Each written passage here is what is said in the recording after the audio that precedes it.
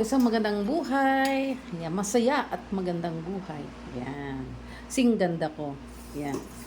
So, flex ko lang itong itong pagkain ko ngayon na puro siya fresh except the egg kasi boiled siya. Kasi para ma-maximize mo na makuha yung nutrients ng isang egg. Okay? Samahan mo siya ng vitamin C. Ayan. And ang vitamin C ko rito ay itong vitamin C, kamatis. Hindi. It starts with samatis, ganun, ito. So sinamahan ko siya ng kamatis.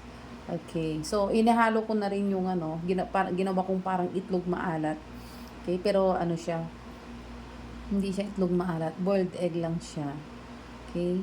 So, then, nilagyan ko siya ng sibuyas. Yan, sibuyas. And kasama ng sibuyas ay itong minced bawang. Ayan.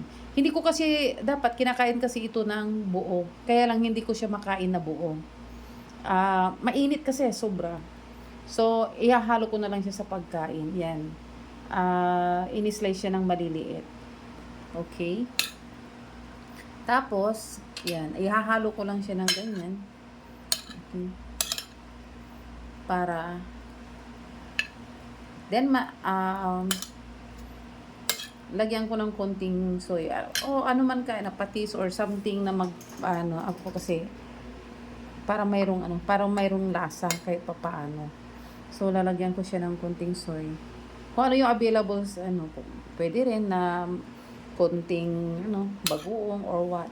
Basta konti lang or kaya asin, something like that. Okay? Para maganda siya.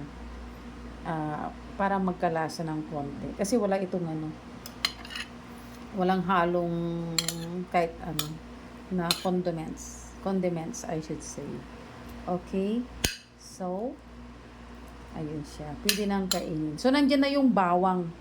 At actually, yung bawang, dalawang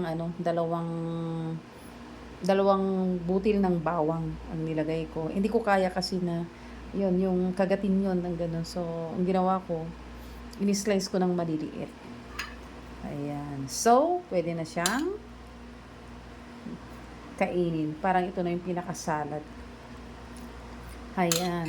Ang bawang kasi, guys, pampalinis ng ugat. Yung mga nagbablock dyan, yung mga blockage natin, na sanhi ng, ito kinuha ko lang siya sa medical lang ito, findings ng mga na base ito sa mga medical studies, na ang bawang is nakakatanggal ng yung mga nagbabara sa ating mga ugat na nagiging sanhi ng stroke, nagiging sanhi ng kung ano-ano dyan, mga atake sa puso. Hindi ko naman sinasabi na kapag is absolute na wala kang mararamdaman o kaya hindi ka magkakasakit na ganyan kasi siyempre mayroon tayong kanya-kanyang ng katawan, di ba? So, but to prevent, diba? Parang sort of prevention yung ganun. Okay. Siyempre, samahan mo ng exercise, stress-free environment. Yan. Kaya kapag na-stress ka sa asawa mo, palitan mo na. Joke. Hindi. Kaya sa mga katrabaho, piliin pa rin na maging masaya. Ayan. Anyway, wala namang stress is a natural thing. It's a normal thing na nangyayari sa buhay ng tao. And, nakaka-motivate din siya. Kaya paano? Kaya lang, wag lang sobra. At wag dibdibin ang mga bagay-bagay. Okay? Masarap pa rin mabuhay kahit na maraming problema.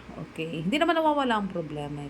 Kaya lang, it's up to us how to react with the problem. Okay? So, ganun po, maganda at pinagpalang buhay po sa ating lahat. Muli, Thank you for watching.